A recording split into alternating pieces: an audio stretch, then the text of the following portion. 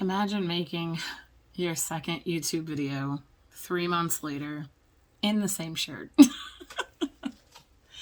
So I really haven't thought about the channel. I have been ridiculously swamped with college work and work and foster baby work and kid work. And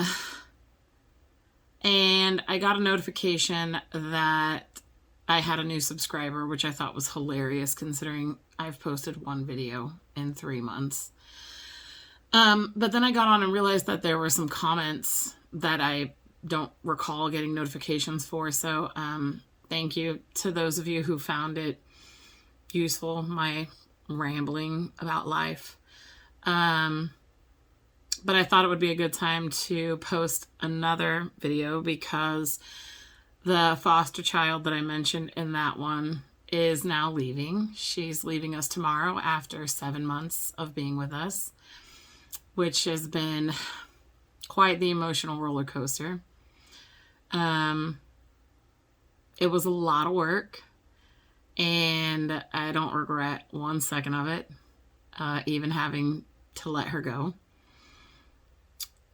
And there's all kinds of feelings that come with it, you know, inadequacy and gratefulness and many, many, many questions.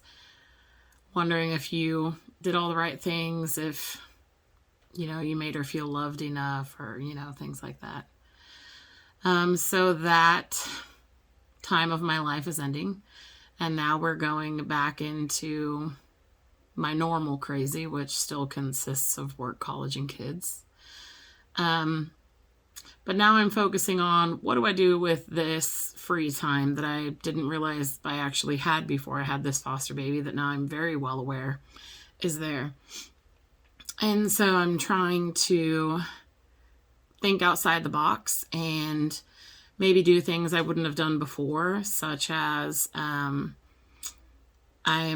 trying to figure out pickleball. A friend of mine mentioned pickleball to me several months ago, and I was not able to do it because of the baby.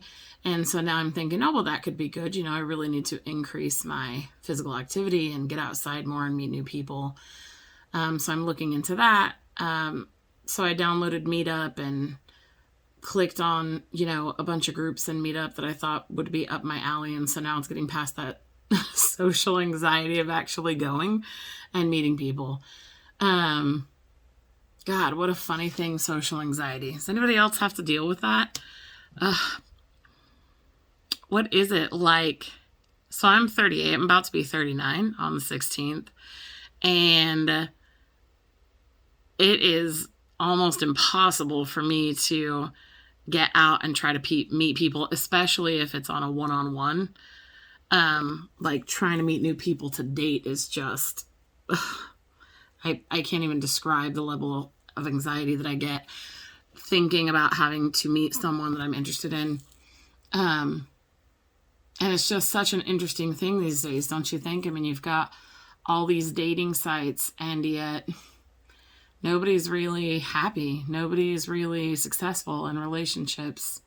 I'm curious why that is.